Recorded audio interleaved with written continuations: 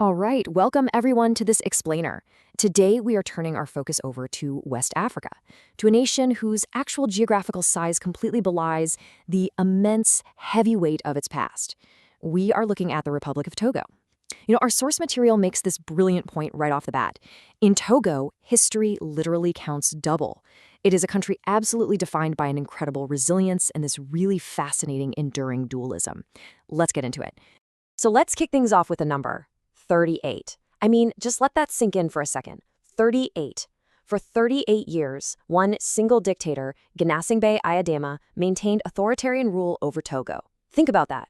In what is one of the smallest mainland nations in all of Africa, a single regime managed to hold an absolute iron grip for almost 4 decades. It is literally one of the longest political mandates on record.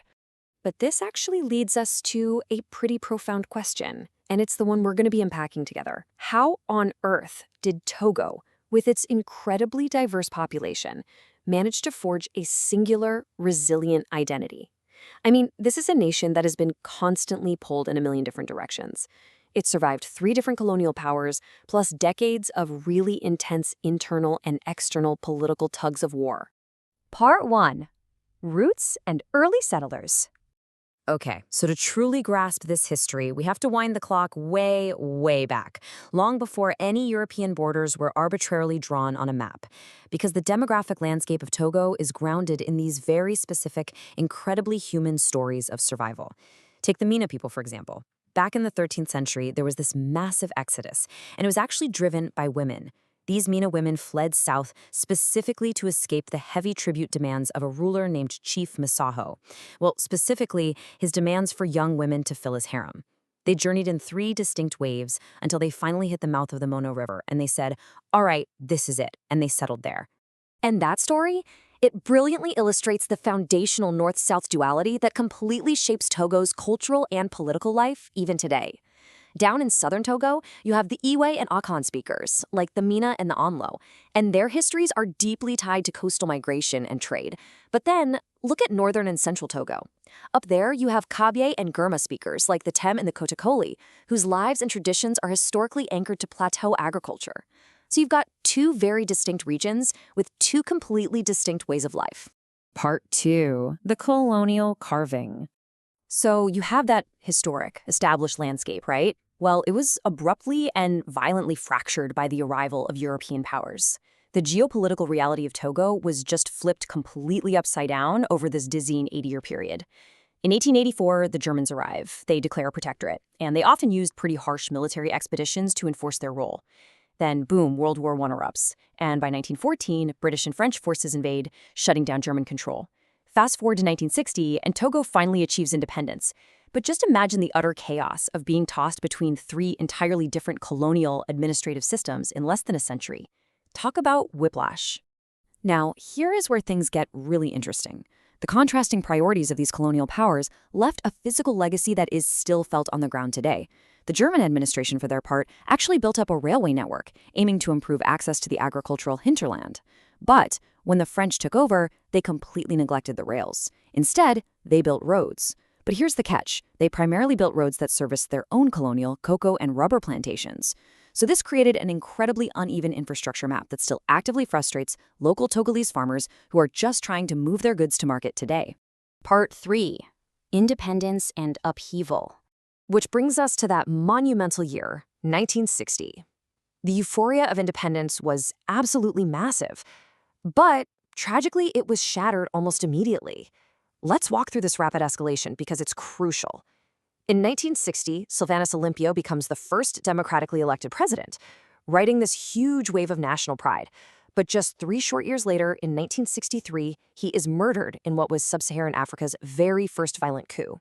By 1967, Lieutenant Colonel Gnassingbé officially seizes power, locking in a dynastic grip on the country. And get this. Even when a sovereign national conference was convened way later in 1991 to try and reboot a democratic order, President Ayadema literally just ordered the army to attack the conference buildings, completely overruling the democratic process.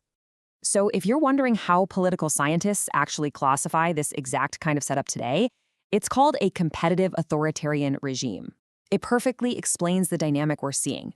Basically, it's a hybrid system. Yes, democratic institutions like parliaments and elections do exist on paper, but they are so heavily manipulated by the ruling elite, mostly through patronage networks and total control of state resources, that real power rarely, if ever, actually changes hands. And as our sources lay out, this structure has created an enormous gaping divide between the government and the people they rule. Recently, there's been some major pushback. We've seen peaceful opposition protests led by charismatic figures like Tikbi Achidam, but tragically, these have frequently led to violent clashes with security forces and raised some severe human rights concerns.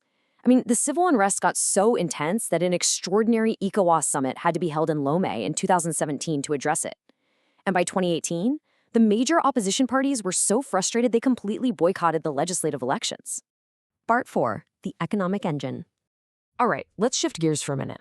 Amidst all this incredibly complex, often turbulent political drama, how do everyday Togolese people actually survive? How does the economy stay afloat? Well, Togo is actually the world's fourth largest producer of phosphate, and they boast a massive, highly active free port right in Lomé. But despite those massive industrial advantages, check this out. Agriculture remains the absolute backbone of the country.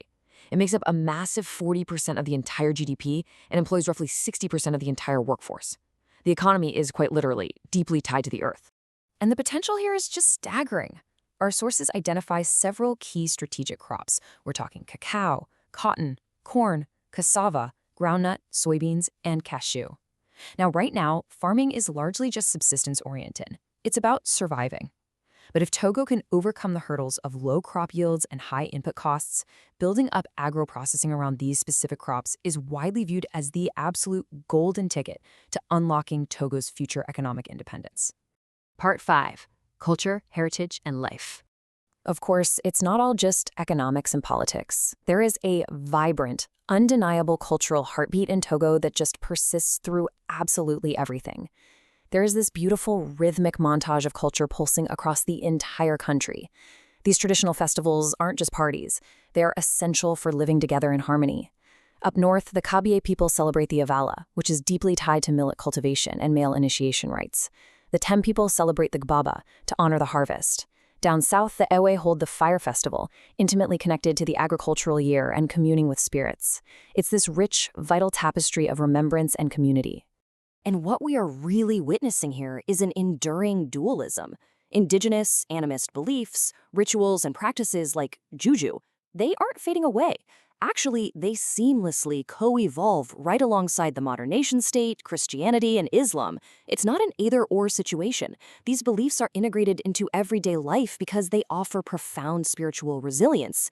Even when faced with brutal economic conditions or deep political marginalization, these traditional practices provide a way to cope, to understand the world, and to find your community. Part 6. Looking to the future. So that brings us to the final act of our explainer. Where exactly does Togo go from here? What are the crossroads they're facing right now? Well, there are 3 concrete, actionable steps currently in motion to shape a better future. Step 1 is actually following through on those 2017 decentralization laws. The goal there is to devolve power, empower local mayors, and essentially awaken local governance so citizens can govern themselves. Step 2 is harnessing the sheer energy of Togo's massive youth population. Movements like Togo Debout, which translates to Togo Arise, are using every tool available to monitor political freedoms and demand a voice. And step 3 is integrating the UN's Sustainable Development Goals directly into the state's budget, making sure global standards for fighting poverty and inequality are actually met locally. I want to leave you with this incredibly powerful thought straight from our source material. Togo is not as happy or unhappy as other countries, but simply else. Wow. It's just such a poetic way to emphasize Togo's totally unique, complex, and unquantifiable identity. You just can't put it in a neat little box, you know? And honestly, that leaves us with one final provocative question. As we watch this incredible nation continue to evolve, will decentralized local governance and a highly mobilized tech-savvy youth be enough to overcome the heavy weight of Togo's dualistic history? It's a fascinating question, and it's definitely one we should all be pondering as we look toward the future of West Africa. Thank you so much for joining me on this explainer. Keep learning, and I'll catch you guys next time.